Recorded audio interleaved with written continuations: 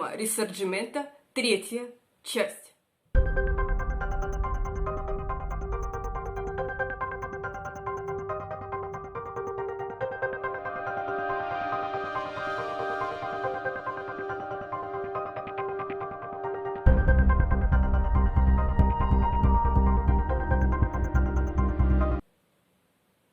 В 1857 году Карло Писаккано, неаполитанский аристократ, который разделял идеи Мадзини, решил спровоцировать восстание в королевстве обеих Сицилий.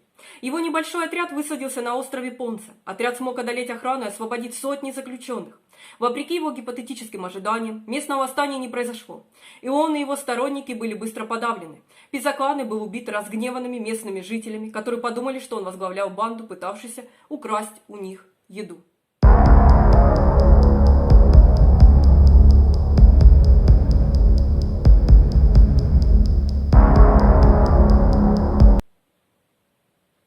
Вторая война за независимость Италии началась в апреле 1859 года, когда премьер-министр Сардинии граф Кавур нашел союзника в лице Наполеона III. Наполеон III заключил тайный союз, и Кавур спровоцировал Австрию, что в конечном итоге привело к войне в апреле 1859 года. Кавур призвал добровольцев участвовать в освобождении Италии. Австрийцы планировали использовать свою армию для разгрома сардинцев, прежде чем французы смогут прийти им на помощь. Австрийская армия насчитывала 140 тысяч человек, в то время как у сардинцев для сравнения было всего 70 тысяч человек. Однако численное превосходство австрийцев было сведено на нет неэффективным руководством, которое было назначено императором на основе знатного происхождения, а не военной компетентности. Австрийская армия медленно вступала в Пьемонт, ей потребовалось почти 10 дней, чтобы преодолеть 80 километров до Турина. К этому времени французы подкрепили сардинцев, и австрийцы отступили.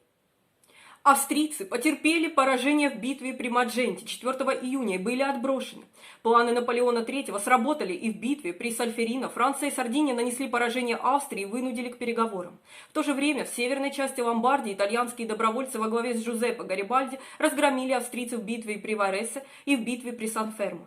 12 июля было подписано Виллафранкское перемирие, однако окончательная договоренность была улажена закулисными сделками.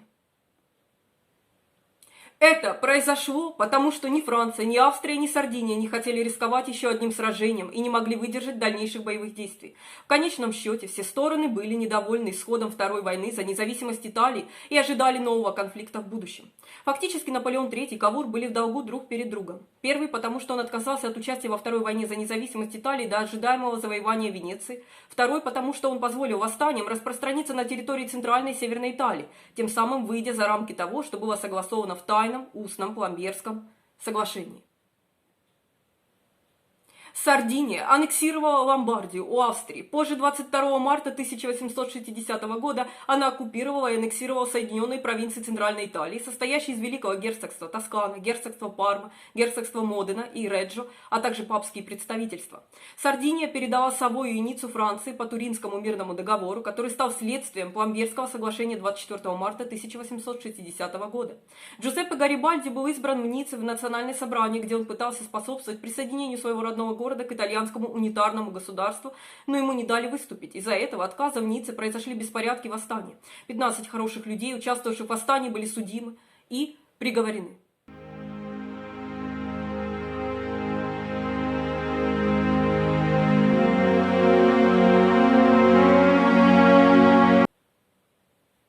Экспедиция Тысячи – это событие объединения Италии, произошедшее в 1860 году. Корпус добровольцев под командованием Джузеппе Гарибальди решил завоевать королевство обеих Сицилий. Название экспедиции происходит от первоначального числа участников, которое составляло около 1000 человек. Итак, Франциск II, король обеих Сицилий, сын и преемник Фердинанда II, располагал хорошо организованной армией численностью 150 тысяч человек. Но тирания его отца породила множество тайных обществ, и швейцарские наемники королевства были неожиданно отозваны домой в соответствии с новым швейцарским законом, который запрещал швейцарским гражданам служить в качестве наемников. В результате у Франциска остались только его ненадежные местные войска. Это стало важной возможностью для движения за объединение. В апреле 1860 года в Сицилии начались отдельные восстания, которые продемонстрировали историю противостояния неаполитанскому правлению. Эти восстания были легко подавлены лояльными войсками. Тем временем Джузеппе Гарибальди, уроженец Ниццы, был глубоко возмущен французской аннексией своего родного города. Он надеялся использовать своих сторонников для возвращения территорий. Кавур, напуганный тем, что Гарибальди спровоцирует войну с Францией, убедил Гарибальди вместо этого использовать свои войска в сицилийском восстании. 6 мая 1860 года Гарибальди и его отряд из примерно 1000 итальянских добровольцев высадились на западном побережье Сицилии. Армия Гарибальди привлекла на свою сторону разрозненные отряды повстанцев, и 13 мая объединенные силы разгромили армии обеих Сицилий в бою при Калатафиме. В течение 3 дней силы вторжения увеличились до 4000 человек. 14 мая Гарибальди провозгласил себя диктатором Сицилии. После нескольких успешных, но упорных сражений Гарибальди вступил в сицилийскую столицу Палермо, объявив о своем прибытии сигнальными огнями. 27 мая войска начали осаду Палермо, в то время как в городе вспыхнуло массовое восстание с уличными и баррикадными боями. Поскольку Палермо был признан мятежным, неаполитанский генерал Фердинандо Ланца, прибывший в Сицилию с примерно 25 000 солдатами, яростно атаковал Палермо, превратив его почти в руины.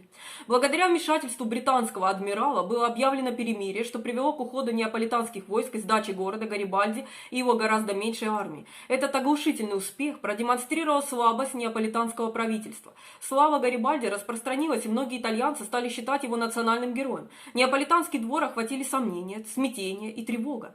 Король поспешно созвал свое министерство и предложил восстановить прежнюю конституцию, но эти усилия не смогли восстановить доверие народа к правлению бурбонов. Через 6 недель после капитуляции Палермо Гарибальди атаковал Мессину. Через неделю ее цитадель сдалась. Завоевав Сицилию, Гарибальди направился на материк, пересекая Мессинский пролив с неаполитанским флотом. Гарнизон Реджо ди Калабрии быстро сдался. По мере того, как он продвигался на север, население повсюду приветствовало его, и военное сопротивление ослабло. 18-21 августа жители Базиликаты и Апулии, 2 регионов королевства обеих Сицилий, независимо друг от друга, объявили о своем присоединении к королевству Италии. Тем временем в Неаполе было объявлено осадное положение. 6 сентября король собрал 4000 солдат, все еще верных ему, и отступил за реку Вальтурно. На следующий день Гарибальди с несколькими сторонниками прибыл в Неаполь, где народ открыто приветствовал его.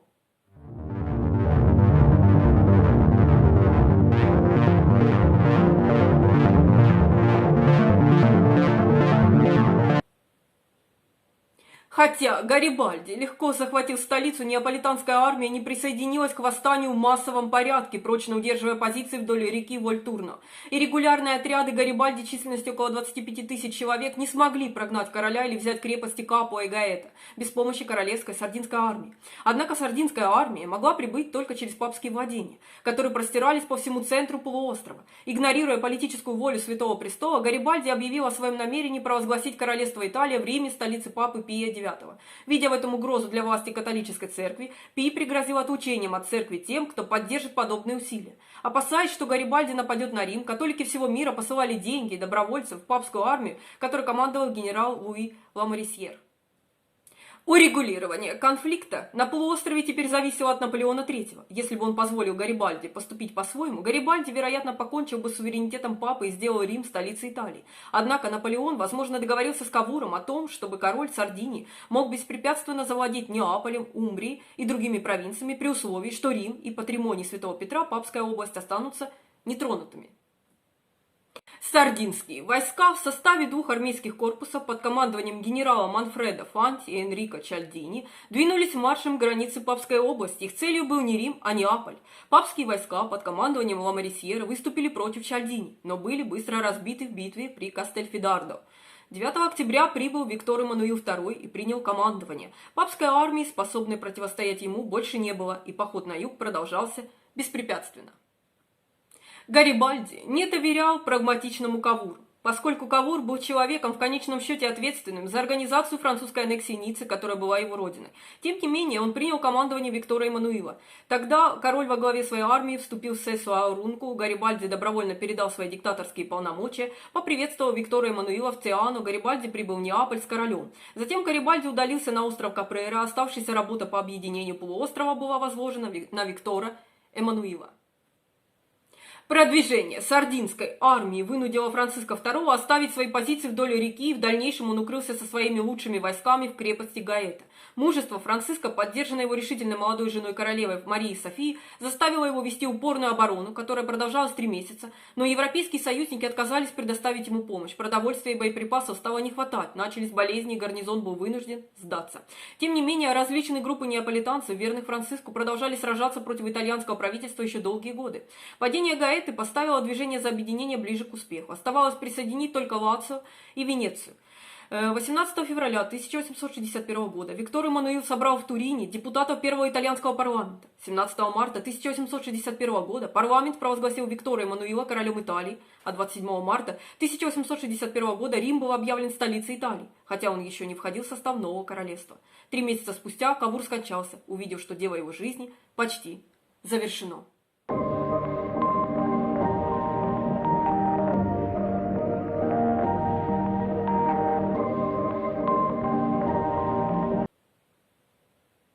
Недовольство различных европейских государств было очевидно. Испания и Российская империя прервали дипломатические отношения с королевством Сардиния, в то время как Австрийская империя после Второй итальянской войны за независимость направила свои войска к Минчо. Франция не делала никаких враждебных заявлений, но отозвала своего посла. Королева Виктория и ее премьер-министр Джон Рассел убедили королевство Пруссия не препятствовать продолжающемуся процессу объединения Италии. 26 октября 1860 года, в тот же день, когда состоялась встреча короля с Гарибальди в Тиано, Австрия организовала конгресс в Варшаве, чтобы применить меры против Сардинского королевства, но безуспешно. Из-за этого кризиса Кавур не смог присутствовать в Тиано.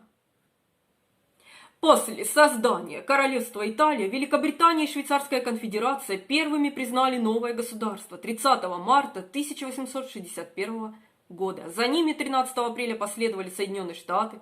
Франция договорилась о присутствии французских войск в Риме и признала Королевство Италия 15 июня, вскоре после смерти Кавура. Затем 27 июня настанет очередь Португалии, за которой последует Греция, Османская империя, скандинавские страны. Признание Нидерландов и Бельгии произошло в 2 этапа. Они признали новый титул Виктора Эммануила II в июле, а затем королевство в ноябре.